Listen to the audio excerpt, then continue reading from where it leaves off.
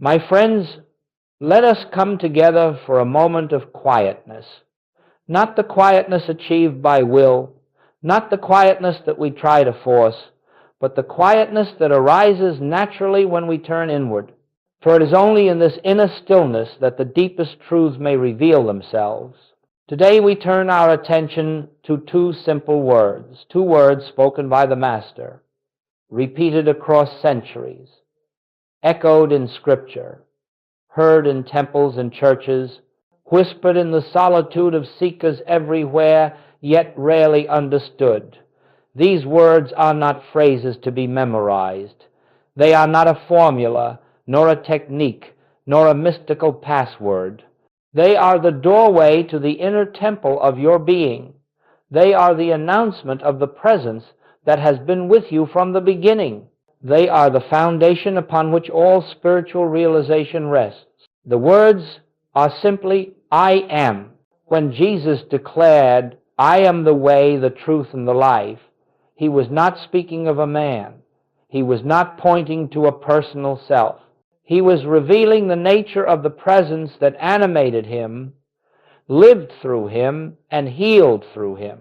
It is this very presence that has been hidden behind the veil of personal identity, misunderstood as human ego, and lost in centuries of theological interpretation. But as we gather in consciousness now, we set aside all interpretations, all inherited beliefs, all preconceived ideas. We come not to learn about the I am, but to discern its activity as the essence of our own being. For you see, the I am is not a name. It is not a statement of human personality.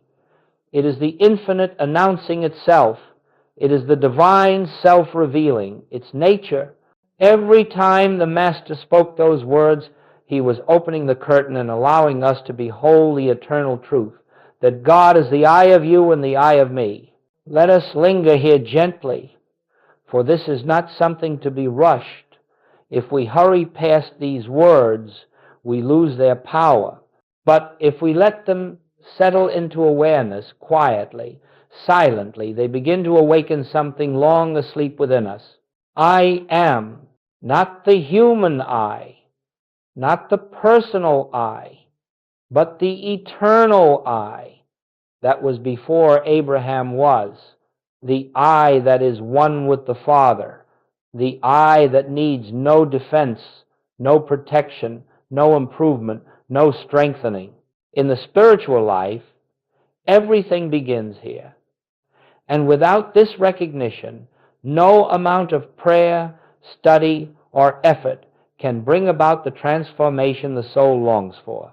We have spent many lifetimes searching for God outside ourselves, searching in holy places, in rituals, in people, in doctrines, in words, never realizing that the one we seek has been quietly declaring its identity within us all along. This, my friends, is why the Master spoke so plainly, so directly, so simply.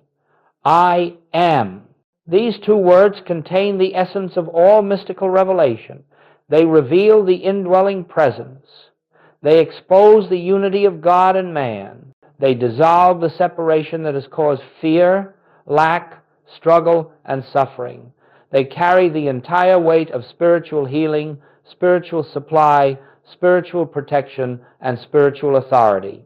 If you will sit with these two words, not as affirmations, not as positive statements, not as mental attempts to reshape life, but as the gentle recognition of what eternally is, you will begin to see that the inner temple is already open. There is no door to unlock. There is no distance to travel. There is only the unveiling of what has forever been true, that the I of your being is God.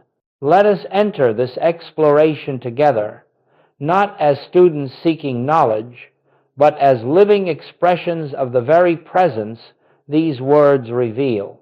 And as we move forward, let us remember, the purpose of this teaching is not to change the outer world, but to awaken the truth of identity, And in that awakening, all that needs to be transformed is transformed of its own accord.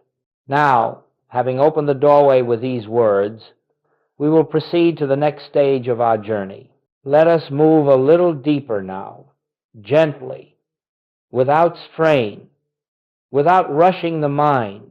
The truth of these teachings unfolds only to the degree that we are willing to listen, not with the ears, but with the heart, not with thought, but with awareness.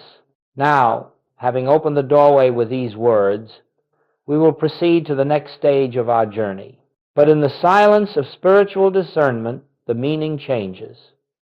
You begin to realize that the Master spoke from the standpoint of the divine presence, the spiritual I, the universal Christ. He was not speaking about himself. He was speaking as the self that is one with God, the self that is the life of every individual, the self that cannot be confined to a single form, a single name, a single moment in history. Let us move a little deeper now, gently, without strain, without rushing the mind.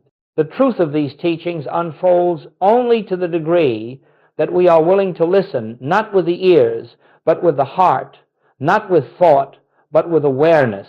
When the Master uttered the words, "I am the way, the truth, and the life," he was not elevating a human personality. He was not drawing attention to a man, nor inviting worship of a figure. How easily we miss this. How easily we listen with the human sense and so believe that the statement points to a person, to something separate, remote, unattainable. Let us look carefully at what the Master said. If these words referred to a single human personality, they would perish with the body. Yet the light did not perish. It continued to illuminate hearts across centuries. It awakened saints and mystics in every tradition. It radiated beyond time and place. Why? Because the I of that statement was not the personal Jesus, it was the Christ presence, the divine selfhood that is the light of every soul. The I that spoke through Jesus is the same I that speaks through you when you rest in spiritual awareness. You might be asking, how can this be? How can the I that animated the Master be the I of my own being? The answer is not found in reasoning. The answer comes through inner recognition, the same recognition that dawned upon Peter when he said, "Thou art the Christ." He was not identifying a man. He was perceiving the divine identity shining through the form. The Church has often taken this recognition and enclosed it around a single figure, as though the Christ were limited to one appearance. But the mystical traditions, the spiritual seers, and indeed the Master himself taught something far greater. The Christ is not a person. The Christ is a presence. The Christ is the spiritual I am of all being. And so, when Jesus spoke the words, "I am the resurrection," he revealed a principle, not an event, not a ritual, not a doctrine, but a principle available to the whole of mankind. The resurrection he spoke of was the rising of consciousness from the human sense of self into the recognition of the divine self. And this rising is possible for anyone who turns inward and listens for the presence. Do you see now why these words are so often misunderstood? We have read them with the human mind, which sees separation, hierarchy, distance. But when read with the spiritual mind, with the inner eye, they reveal unity, oneness, the universal life that is the true identity of every individual. This is the point at which the teaching moves from admiration to realization. It is one thing to admire Jesus. It is another to understand the consciousness from which he spoke. For in that understanding, the same consciousness begins to awaken within you, not as an imitation, not as a striving, but as a quiet recognition of what has always been true. So let us hold this clarification gently but firmly. When Jesus said, "I am," he spoke not as a man about himself. He spoke as the divine presence announcing its nature. He spoke as the universal I am, which is the life of all. And the moment you hear these words as the voice of your own true self, the scriptures open, the heart opens, the inner temple opens, and you begin to walk a path not of belief, but of realization. We will, in our next section, look more deeply at how the human sense of I hides the divine I am, and how this mistaken identity becomes the root of all suffering. Now let us turn inward once more, for we are approaching the central turning point of spiritual unfoldment. In truth, the entire structure of suffering rests upon a single misunderstanding, one so subtle, so deeply ingrained, that humanity has rarely questioned it. Yet the moment this misunderstanding is corrected, the cords of suffering begin to loosen, and the light of spiritual freedom makes itself known. The misunderstanding is simply this: we have mistaken the human I for the divine I am. We have taken the sacred word I, the very name of God, and applied it to the body, the emotions, the thoughts, the conditions of human existence. And in this unconscious act, we bind ourselves to limitation because we believe that the I, which appears to suffer, is the true self. Each time we say, "I am sick, I am afraid, I am lonely, I am failing," we attach the holiness of the divine I to a temporary appearance. We unite the limitless with the limited, and in that fusion arises confusion. Now, the infinite cannot truly be limited, but we can believe it is, and that belief becomes the fabric of human experience. For the Master taught, and Goldsmit reminded us, that experience conforms to identity. As a man thinketh in his heart who he is, so is his experience shaped. Let us look gently, quietly, at how this confusion operates. A feeling arises, perhaps fear. Immediately, the unawakened mind says, "I am afraid." But who is this I? Is it the body? Is it the passing emotion? Is it the conditioned mind? Or is it the divine presence that is the same yesterday, today, and forever? Can the infinite be afraid? Can the I that Jesus spoke of be threatened? Can the eternal suffer the fluctuation of moods? You see, it is not the fear itself that binds us, it is the false identification with it. The fear passes quickly if not claimed, but once we attach the sacred I to it, we breathe life into it, we make it part of our sense of self, and thus we prolong it. The same is true of illness. The body may present symptoms. That is the nature of form. But the mistake, the real illness, is the thought, "I am sick." The I that you truly are cannot be sick. It cannot deteriorate. It cannot be harmed. It cannot lack vitality, for it is the infinite life that animates all. This is why the Master spoke from the standpoint of the divine I am. He never said, "I am weak, I am uncertain, I am troubled." He spoke only from the truth of identity, and from that truth flowed the harmonies of healing and restoration. My friends, all suffering comes from believing that the human sense of I, the personal, limited, changeable I, is your true identity. This false sense of self is the only thing that can fear, the only thing that can lack, the only thing that can be wounded or offended. When you identify with it, you live in its bondage. When you withdraw identification from it, you discover that the divine I am has been yourself all along. The entire spiritual path, as Goldsmit taught, is not a journey of improving the human self. It is the recognition that the human self was never you. The I of you is the same I that spoke through the prophets, the mystics, the seers, the sages, and the Master himself. The moment this becomes clear, not intellectually, but inwardly, suffering begins to dissolve, not because we fight it, not because we resist it, not because we use spiritual power to overcome it, but because the one who suffered is no longer believed to be the self. As long as you believe you are the human I, you will experience the limitations of that identity.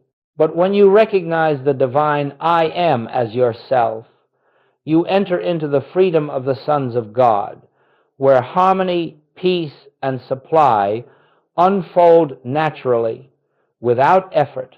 We will move, in our next section, into the deeper work of learning how to hear these I am statements with spiritual ears, so that the truth behind them reveals itself directly within your own consciousness. Let us settle even more deeply into the silence within, for this next movement in our unfolding is not an intellectual one. It is the beginning of an inner transformation, a shift from hearing with the outer senses to perceiving with the spiritual faculties of the soul. And this shift is necessary because the words of the Master cannot be understood at the level of human thought. When we listen with the human mind, we hear language. When we listen with the spiritual ear, we hear revelation. The Master said, "He that hath ears to hear, let him hear." He was not speaking of physical ears. He was inviting the listener into a dimension of awareness where truth is discerned not by reason, not by emotion, not by intellect, but by a deeper knowing and inner recognition of the presence. When Jesus declared, "I am the resurrection," the human mind hears a statement of religious significance, a phrase to be believed or rejected. But the spiritual ear hears something altogether different.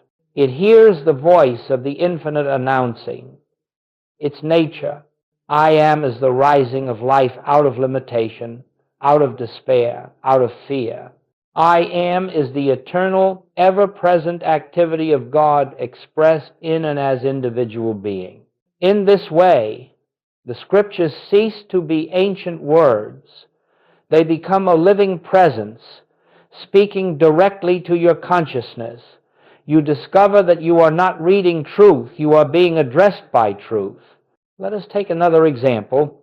When the Master said, "I am the light of the world," the human mind interprets this as a title. Jesus is the light. But the spiritual ear recognizes that the light he spoke of was not personal. It was the divine light, the universal Christ, shining through him, radiating as him, and available to radiate as you. This is why Goldsmit taught that the Bible must be read not historically, but spiritually. If we read it as history, we are inspired but unchanged. If we read it as revelation, it awakens the truth of our own identity. Now let us practice this inwardly. Let us take the statement, "I am the way." Close your eyes inwardly, not physically, but in awareness, and hear the words again, slowly. I am the way. Do not hear them as though spoken by another. Do not hear them as though they came from outside. Let them arise within you from the depth of your own being. Let the I that speaks be the I that lives you, breathes you, sustains you. Now let us practice this inwardly. Let us take the statement, "I am the way." Close your eyes inwardly, not physically, but in awareness, and hear the words again, slowly. I am the way. Notice what happens. The words begin to gently detach from the personality of Jesus and reveal themselves as universal truth. You begin to sense that the same presence that walked the hills of Galilee speaks within your own consciousness at this very moment. Truth is not in the words.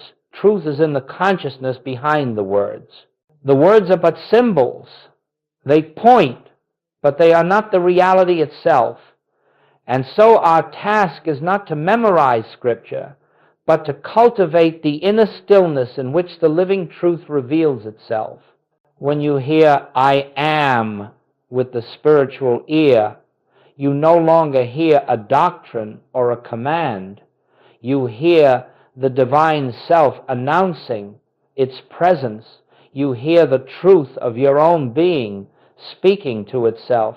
And this recognition becomes the foundation upon which spiritual healing, spiritual supply, and spiritual harmony naturally unfold. You do not try to make these things happen. You do not use truth as a power. You simply recognize the I that is already whole, already complete, already one with God. And so I invite you in the quiet moments of your day, not in formal meditation alone, but throughout ordinary activities, to listen inwardly for this I am, not as a sound, not as a voice, but as a gentle awareness that transcends the thoughts that pass before it. It is there, always present, always available, always whispering. Its identity, as you listen, the shift begins. You cease hearing the words of Scripture with the mind. You begin hearing them with the soul. And when the soul hears, it recognizes its own nature. In our next movement, we will look at the great error that arises when people try to use these holy words as techniques or tools, and why the I am can never be employed by the human self, but only revealed by divine grace. Now, my friends, let us move with gentleness into a matter of great importance, one that has confused seekers for centuries and continues to do so in our time. It is the tendency, almost universal in human consciousness, to take spiritual truth and attempt to use it, to take the holy and employ it for human advantage, to take the divine name and wield it as a personal tool. And this, more than anything else, is the cause of spiritual disappointment. You see, the sacred words I am were never given as a technique. They were never intended to be used by the human mind to accomplish human ends. They were revealed as truth, not as a device. They are a recognition, not a power to manipulate. In fact, the very moment the human self tries to use the I am, it loses all access to its real meaning. Goldsmit made this clear again and again. Truth is not a power to use. Truth is a presence to behold. Let us pause and feel the weight of that. Truth is not a power to use. It is a presence to behold. And there is a world of difference between the two. When the personal self says, I will use I am to attract health, to draw abundance, to manifest success, it has already missed the essence of the teaching. Why? Because it assumes that the human mind stands outside the divine and can call upon it like a servant. It assumes that the human being can reach into the infinite and pull forth blessings at will. But the spiritual principle is the exact opposite. The human self can do nothing. It can accomplish nothing. It cannot initiate divine activity. It cannot command God.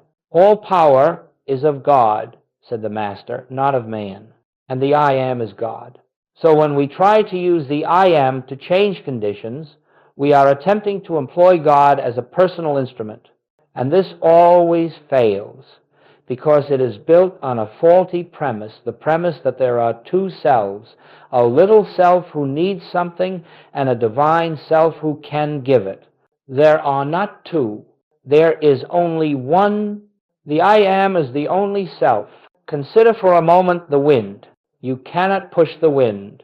You cannot pull the wind. You cannot command the wind. But you may stand still enough to feel its movement. And in that stillness, you discover that its motion becomes your motion effortlessly. So it is with the I am. It cannot be grasped by the mind. It cannot be used as a tool. It can only be recognized. That is why any attempt to affirm I am strong, I am wealthy, I am healed is ultimately rooted in a misunderstanding. It is the human self trying to cloak itself in divine language. It is the personal ego painting spiritual colors upon itself, yet remaining unchanged underneath. Goldsmith would remind his students, you cannot make truth true by affirming it. Truth is already true. God is already the I of your being. Supply is already infinite. Life is already indestructible. Love is already the essence of your nature. The role of the seeker, then, is not to use truth, but to witness it. Not to employ the I am, but to yield to it. Not to manipulate, but to surrender. When you stop trying to use God, you begin to feel God. When you stop trying to make the I am produce results, the presence reveals itself. When you cease striving, you discover that grace has been operating all along. Let us take a moment here, a moment of silent humility. Let us acknowledge that the human self has no power. Let us release any urge to control, to direct, to compel, and let us rest in the knowing. The I am is the only power. The I am is the only presence. The I am is the only self. From this recognition, not from effort, harmony flows. From this recognition, supply appears. From this recognition, health is revealed.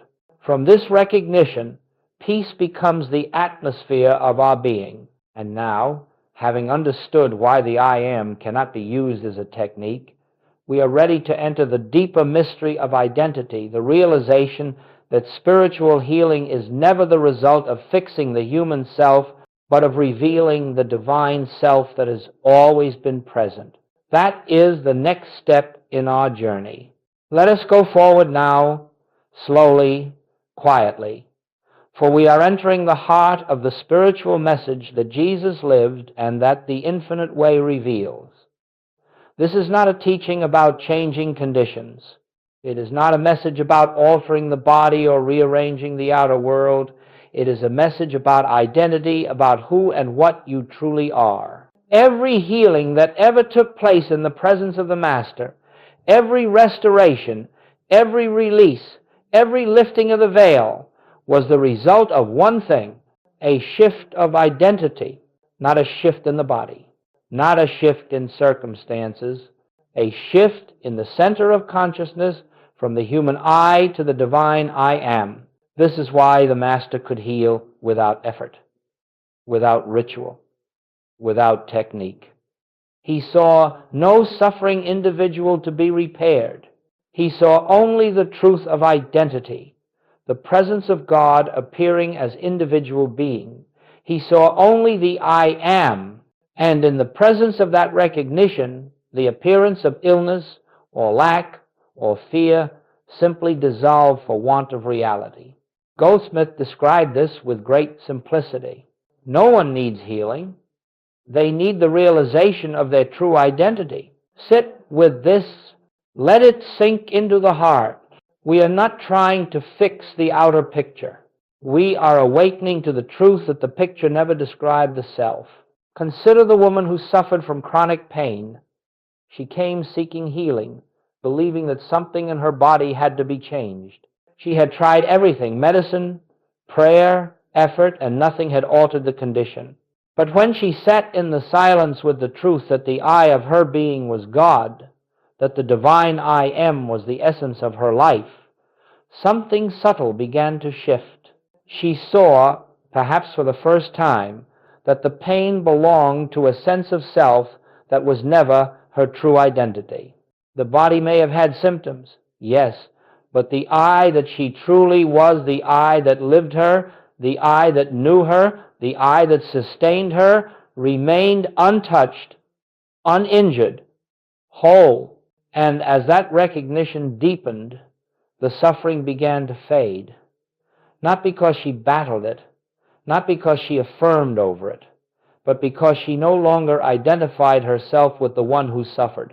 She rested in the truth that the I am cannot be in pain, and the illusion could no longer hold. The same principle applies to supply. There was a man whose business seemed on the brink of collapse. His fear was great, for he believed his identity was tied to the business, tied to the success or failure of outer conditions. He prayed desperately for God to intervene. But nothing changed, because he was praying from a false premise, the premise that supply comes from outside, and that he was separate from the source. When he encountered the teaching of the I Am, he discovered something revolutionary.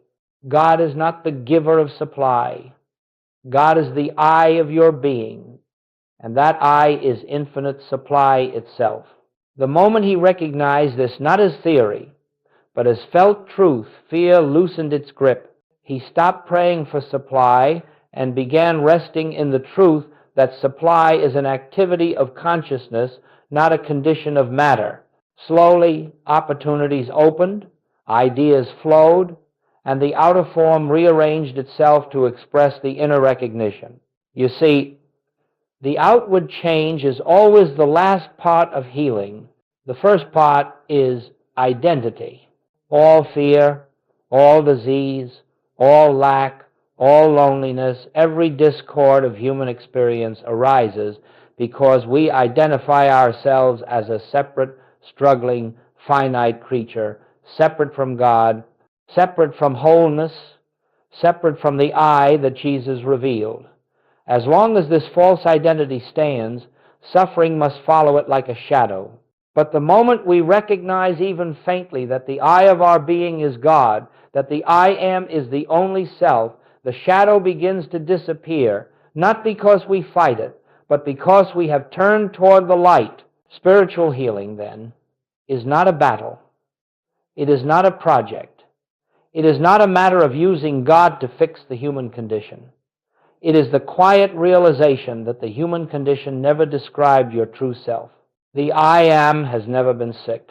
The I Am has never lacked. The I Am has never feared. The I Am has never been alone. And the more we rest in this realization, not with strain, not with effort, but with deep humility, the more harmony flows of its own accord. Grace reveals itself not as something given, but as the nature of the I that you are. Now that we understand this shift of identity, we are ready to explore the conscious practice that makes this realization a living experience, the sacred practice known as practicing the presence. This will be the next step in our unfolding. Let us move now into the living core of the spiritual life, the practice that transforms the truth we have heard into the truth we experience. For it is not enough to understand with the mind that the I Am is our identity. It is not enough to agree with the principle, to admire it, or even to believe it. The realization must become an activity of consciousness. It must be lived, breathed, rested in, moment by moment. This is what the Master meant when he spoke of abiding. This is what Goldsmit called practicing the presence. Now, practicing the presence is not a discipline in the human sense. It is not something we force, nor something we accomplish. It is not striving for spiritual attainment. It is the gentle turning of consciousness toward the awareness of the divine I that is always present. It begins with a pause, not the pause of the intellect, but the pause of the soul, the moment in which we withdraw attention from appearances, from the world of effects, from the rush of thoughts, and allow ourselves to sink inward, where the still small voice makes itself known. This pause can happen anywhere, in the midst of work, in a moment of fear, during ordinary tasks, or in the quiet of meditation. The place does not matter, because the presence is not in place. It is in you, as you, expressing itself through you. Let us consider how this unfolds. You may be facing a challenge, perhaps a physical discomfort. The mind wants to rush forward, to name it, to claim it, to fear it. But in that very moment, you pause. You step back inwardly and ask gently, without effort, who is this I that is aware? You do not answer with words. You simply rest in the question. and slowly the awareness arises. The I that is aware is not the body. The I that is aware is not the sensation. The I that is aware is the I am the presence of God. In that recognition, even if it lasts only a moment, the fear loses its ground because you have remembered that the divine self cannot be touched by changing conditions. Another moment, perhaps a sense of lack appears. The mind reacts. It plans, calculates, worries. But you pause. You withdraw from the picture and you turn inward to the presence that has never lacked, never hungered, never been dependent on circumstances. You feel, not think, but feel the truth. I am is my supply. Not the job, not the bank account, not the world. The I of me is the infinite source. And in that moment, you have practiced the presence. Practicing the presence is not about repeating phrases. It is about recognition. Recognition of the one who lives you. Recognition of the one who breathes you. Recognition of the one who is your life. You may be washing the dishes and you pause, not outwardly, but inwardly, and feel the invisible life that animates your being. That moment is practicing the presence. You may be walking down a street and suddenly become aware of the same presence within every person you pass. That recognition is practicing the presence. You may be burdened by a sense of responsibility, and in the quietness you perceive that the work is not yours, but God's expressing through you. That relinquishment is practicing the presence. This practice does not require time. It requires awareness. It requires the willingness to step out of the belief that the human sense of self is the doer, the thinker, the chooser, the controller of life. As you develop this habit of turning inward, not as a ritual, but as a natural response, something begins to happen.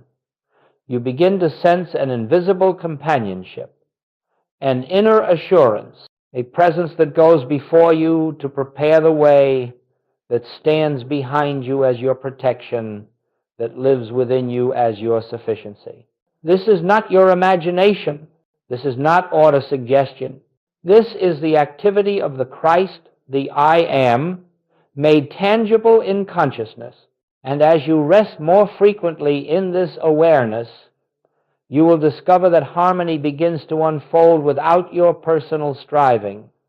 Problems dissolve without your intervention. Guidance comes without your seeking.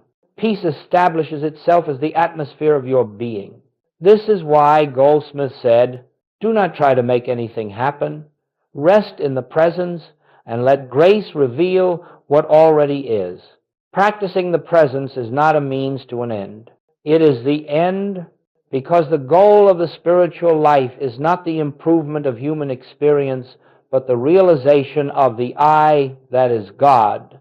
And it is in this practice that the false sense of self begins to grow quiet and the divine self begins to shine through, until one day you may discover that you no longer turn inward to find the presence. You live from the presence.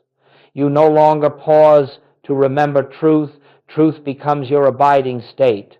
In our next movement, we will explore what life becomes when this presence is recognized in relationships, in work, in challenges, and in every corner of experience. As we continue in this unfolding, let us come again into the quiet realization that all spiritual progress is an expansion of consciousness. It is not something that happens to the outer world. It is something that happens within you, a dawning, a softening, a deepening awareness of the presence that has always been there. Practicing the presence prepares the ground. Living from the I am is the harvest. When the recognition of the I am begins to take root in consciousness, life itself undergoes a subtle but profound transformation. And this transformation does not begin with the outer picture. It begins with the end of fear. Fear arises only when we believe ourselves to be separate, separate from God, separate from our good, separate from the source of life. But in the realization of the I Am, this sense of separation dissolves, and with it the entire world built upon it. Let us look gently at how this unfolds in daily experience. Fear loses its authority. You may face a situation that once would have frightened you, a diagnosis, a financial concern, a relationship conflict, but now something within you knows. The I that I am is untouched by this. The I that I am cannot be threatened. The I that I am is the presence and power of God. You do not deny the appearance. You do not fight it. You simply no longer grant it identity. And as you stand in that recognition, fear loses its foundation. It cannot exist where there is no sense of separation. Goldsmit often said, fear disappears in the presence because there is nothing left to fear. This is not courage. This is not positive thinking. This is the natural peace that comes from knowing who you are. Lack cannot survive the awareness of infinite supply.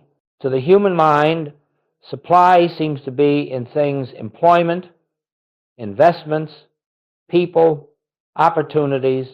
But when you live from the I Am, supply is recognized as spiritual substance, the infinite outflow of the divine presence. You no longer look outward for your good. You no longer fear the loss of channels. You no longer cling to form. You rest in the truth. The I of me is the fullness of supply, appearing wherever needed. And in this resting, you find that supply comes not through manipulation, not through effort, but by grace. One channel may close, yet 3 others open. One path may end, yet a better one appears. The outer flow reflects the inner recognition. Relationships become harmonious by identity, not effort. When you know the I Am as yourself, something beautiful occurs. You begin to see the same I Am in others. You are no longer relating to personalities, to histories, to wounds, to opinions. You are relating to the divine presence expressing through individual forms. This shifts everything. Judgment softens. Conflict dissolves. Expectations fall away. Compassion becomes natural. You discover that harmony in relationship is not achieved by trying to change others, nor by trying to change yourself, but by seeing through the appearance to the truth of being. Judgment softens. Conflict dissolves. Expectations fall away. Compassion becomes natural. Judgment softens. Conflict dissolves. Expectations fall away. Compassion becomes natural. Living from the I Am dissolves the belief that you are responsible for accomplishing life through human will. You begin to perceive that all rightful activity is God expressing through you. You do not initiate the work. You respond to the inner impulse. You do not struggle for results. You allow them. You do not worry about outcomes. You trust the divine intelligence that guides them. In this consciousness, work becomes joyful, effortless, harmonious. Ideas come without strain. Opportunities unfold without force. Everything begins to align with the rhythm of the presence. The sense of separation fades. Perhaps the greatest transformation of all is the quiet disappearance of the feeling of aloneness. When you live from the I Am, you know, without needing proof, that you are never alone. You feel an invisible companionship, a presence that goes before you, walks with you, and lives as you. This is not imagination. This is the Christ appearing as your consciousness. In this awareness, you no longer look to the world for validation or security. You no longer depend upon outer forms to confirm your worth or your purpose. You rest in the realization, I and the Father are one. This is not a statement of belief. It is the felt truth of being. And from this truth, life becomes an expression of peace. Decisions become simpler. Actions become inspired. Even challenges carry a different texture, for you no longer meet them as a frightened human self. You meet them as the presence itself. As this awareness stabilizes, you discover that the world has not changed. You have changed. You have awakened to the reality behind the world, and now the world must conform to the consciousness that beholds it. And so, my friends, living from the I am is not a mystical state reserved for the few. It is the natural state of all who recognize their true identity. It is the end of fear, the end of lack, the end of separation, because it is the end of the false sense of self. In our next and final movement, we will gather all of this into a closing recognition, a gentle return to the inner chamber where the I am stands, revealed as the only presence and power of your life. And now, my friends, let us return quietly, gently, to the place where all spiritual truth begins and ends within. Let us draw inward, as though we were entering the sacred chamber of the heart, where no noise of the world can intrude, where the concerns of the outer life fall silent, where only the presence remains. For everything we have spoken of, everything we have contemplated, everything we have opened ourselves to in this journey has been pointing to one revelation, one secret, one living truth. The I of your being is God. The I am is your true identity. This truth is not to be believed. It is to be recognized. It is to be rested in. It is to be lived. There is nothing to acquire. There is nothing to become. There is nothing to achieve. The infinite presence that walked the hills of Galilee, the infinite life that animated the Master, the infinite light that he declared as the way, the truth, and the life, that very same presence is the eye that looks through your eyes, breathes your breath, beats your heart, sustains your existence. You do not move toward God. You awaken to the truth that God is the one living you. You do not rise through levels of consciousness. You discover that consciousness has always been one. You do not travel a path to reach the divine. You remove the veils of false identity and behold the self that has never left you. This is the entire secret of spiritual life. The I am is already here, already whole, already complete, already expressing. And when you touch this truth, even for a moment, the shadows of fear lose their reality. The pressure of striving disappears. The burdens you once carried begin to dissolve, not because they have been solved, but because the one who carried them has disappeared. You are no longer the struggling self. You are no longer the anxious self. You are no longer the separate self. You are the I am, appearing as individual expression. Let us sit for just a moment in this awareness. No effort, no reaching, no seeking. Simply abiding. Feel the silence, not the silence around you, but the silence within you. Feel the stillness, not the stillness of the room, but the stillness of the presence. Feel the life, not the life of the body, but the life that is eternal, infinite, incorruptible. In this stillness, you may sense what Goldsmit sensed, what the mystics have always sensed, that the presence is closer than breathing, nearer than hands and feet. It is the very essence of your being.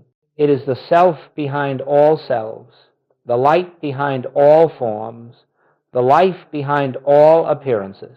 And so we leave this time together as we began it, not as seekers, not as students, not as human beings trying to become spiritual, but as the very expression of the divine I awakening to its own nature. Carry this awareness gently. Let it grow in the quiet moments. Let it speak in the pauses between thoughts. Let it guide without words, without commands, without effort. And as it does, you will discover that the journey is not forward, but inward, not upward, but deeper, not toward God, but into the realization, I am. Nothing more needs to be said, nothing more needs to be done. Rest in this truth. Abide in this truth. Live from this truth. And the grace that goes before you will make all things new.